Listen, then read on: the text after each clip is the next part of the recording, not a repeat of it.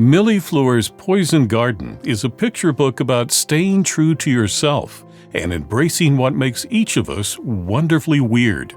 Ahead, we'll explore the book, and I'll talk with the author about the inspiration behind it. Hi, I'm Dan Skinner, and welcome to the Kids Bookshelf. Christy Mandin is the author and illustrator of multiple picture books, including Lucky and The Storyteller's Rule. She joins us to talk about her latest, Millie Fleur's Poison Garden. Christy, welcome to the Kids Bookshelf. Thank you so much for having me. Now, in the back of the book, you tell the story of the inspiration for this book. So tell us about that. Yeah, so I was minding my own business one day, doing a little bit of reading, probably on my phone, scrolling like we all do. And I came across an article from Atlas Obscura, and it was about a poison garden in the north part of England. And it made my brain light up in that exciting way that's like, ooh, I need to know more. And so I read about this duchess. She actually wasn't a duchess. She was just Jane Percy. And upon the untimely death of her brother-in-law, who was the Duke of Northumberland, her and her husband inherited this castle, Alnwick Castle in Northumberland. And she was tasked with rejuvenating the gardens that had fallen into disrepair over the years. And, the English are quite romantic about their gardens. They have their Royal Horticultural Society, and gardens are a big deal there. And so she planted a traditional English garden, but she wanted to do something a little bit different. And so she collected 100 varieties of poisonous, deadly, toxic plants and created the poison garden. And I thought, oh, that's weird and also really cool. But the more I read, I found out that actually the important people in the garden world in England called it a disgrace. And she just chalked that up as the snobbery element of gardening and did it anyways. And people love it. They come from all over to see the poisonous plants behind big black iron gates with a sign that reads, "These plants can kill you." And I thought, there's a story there. I need to figure out what that is. And so my agent and I say I often have a title and vibes, no plot. And so I had a title and vibes. I knew the poison garden. And I started thinking, how many times in my life have I been interested in something or wanted to do something and someone said, you can't, or it's not done that way, or it's just not possible. And I did it anyway. And I thought, that's my story. That's my character. There's a little girl who loves what she loves, and the other people call it poison. And she has to find the people who appreciate what's growing in her garden. So that was what resulted in this picture book. And it is a picture book. So for what age group is this book intended? So, I like to say picture books are for all ages. But if you look online, it's for 4 to 8 generally. So your lap readers. You've got this little girl, moves into a new neighborhood, which is really uptight, but tell us more about this story. Yeah, so Millie Fleur is an eccentric little girl who moves to the rather humdrum town of Garden Glen, and she plants a wild and weird garden, and the local Rosebud Club is sent into a tizzy. They demand that she mow it down, and they call it poison. And she pays no mind to their disapproval and instead sets out on a mission to invite people into her garden so that they can appreciate all the wonderful weirdness that she's growing. Yeah, and in her case, it's not poisonous, but they are really weird. They are really weird. And she does make a point to say, the president of the Rosebud Club, President Prissy Pants, tells her that according to their rules, her garden is unacceptable. And they simply just cannot have this poisonous mess in their town. And she tells Prissy Pants, very matter-of-factly, it's not poisonous, it's just not like yours. So that's one of the messages of this book, is that it's okay to be different. And it's okay that what you're doing is not like what other people are doing, because That's them and you're you. And her mother tells her that basically she has a moment where she thinks, well, maybe I should plant some roses. And her mom says, no, only if you like roses. Otherwise, no. Be true to yourself. Yeah, that's right. I've had people ask me, like, was that like a moment of weakness for Millie Fleur? Like, did she consider conforming? And I don't think so. Every reader takes away their own viewpoint on that part. But for me, when I was writing it, it was more about she is very aware and empathetic that she is different and that it is disruptive to her neighbors. And so for a moment, she considers making them feel a little more included, I think. But then she thinks, you know what? No, like my garden is fine just the way it is, and it's not hurting anyone. And someone out there will like it just how it is. I don't have to change it. And everyone doesn't have to like me. And I think that's an important message too. When you get to the end, you hear that bits of her garden have sprung up around Garden Glen, but some things stayed the same. And it has a picture of Prissy Pants wagging her finger. I think that's important to note, that you won't win everyone to your cause, and that's okay. But if you stick to your cause, you can have an influence, and you'll find other people who have similar thoughts, and ultimately that helps change the world. That's right. Yeah, because people are not enamored with sameness. Like we don't get excited about sameness. We get excited about weird things. And, like scientists are weird, astronauts are weird, artists are weird, innovators are weird. And new ideas are always weird when they're first presented. And then they're replicated. So I think like first person who ever thought, let's go to the moon and voiced it out loud, people probably thought they were weird. And thank goodness for them, right? So if we were all the same, it would be pretty boring. Christy, would you read a small portion of the book for us to give us a flavor of what people are going to find here?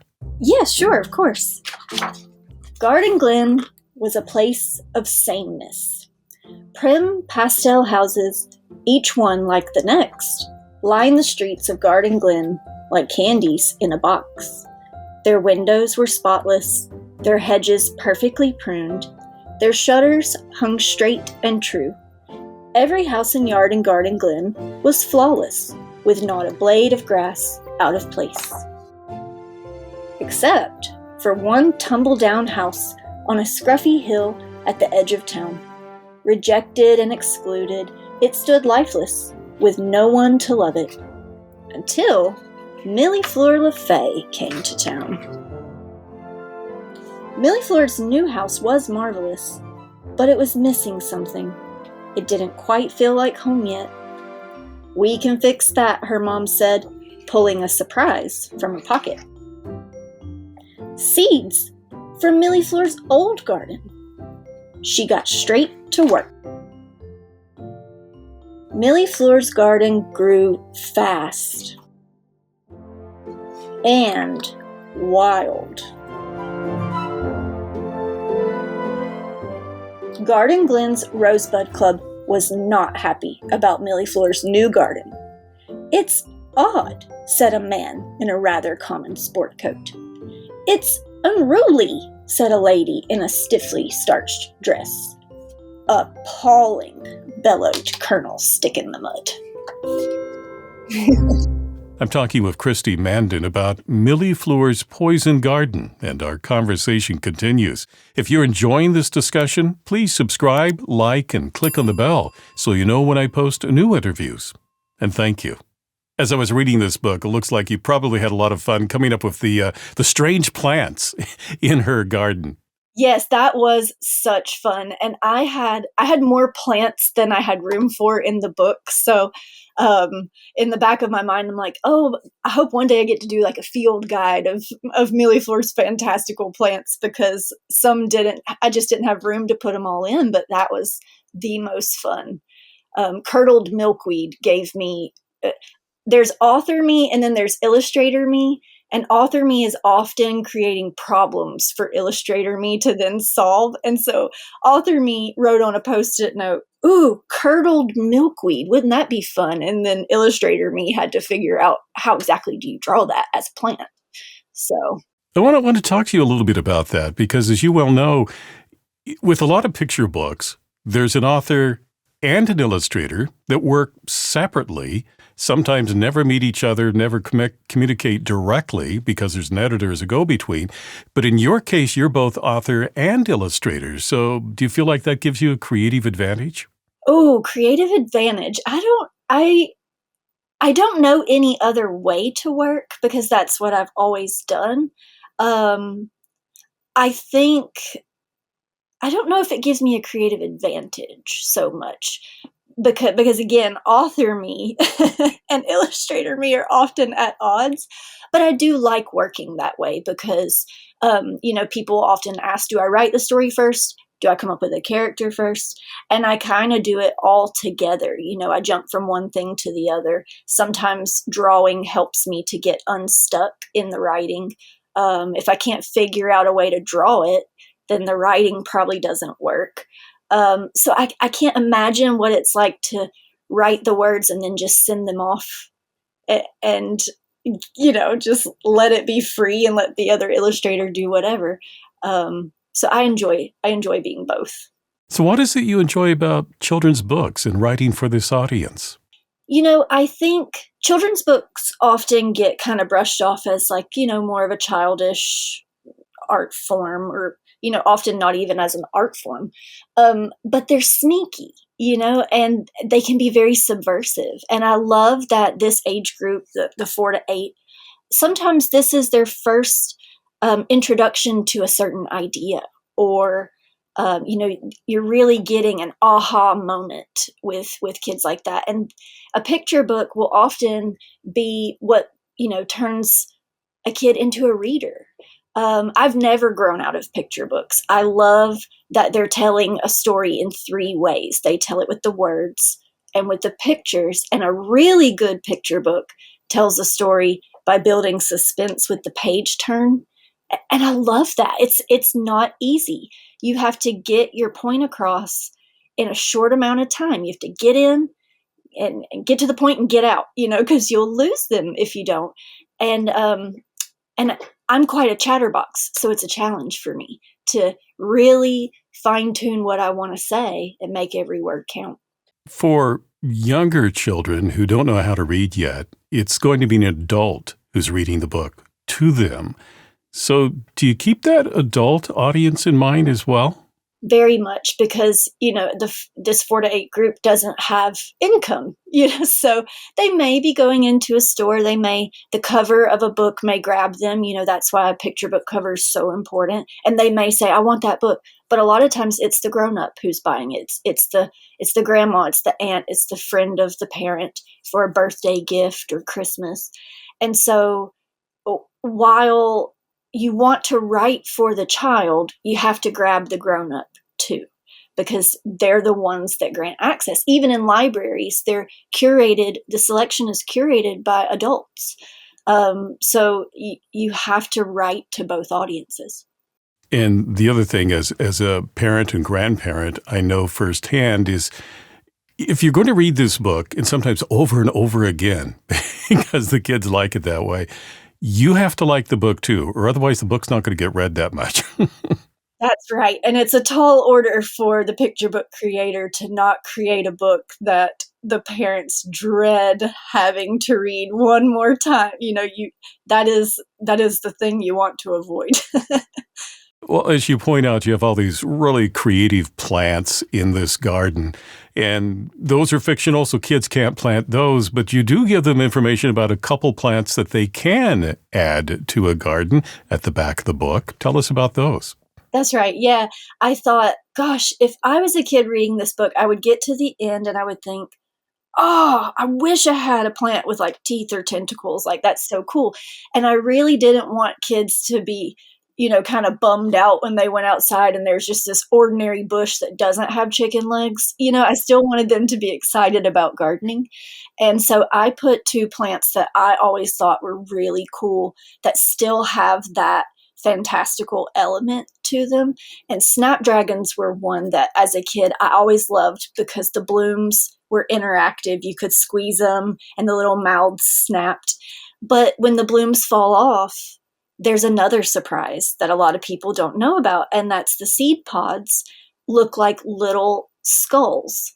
And when you pop those off and turn them upside down, the seeds pour out of the mouth. And that's so magical, and it's a real life plant that you could pick up at most garden centers, very accessible.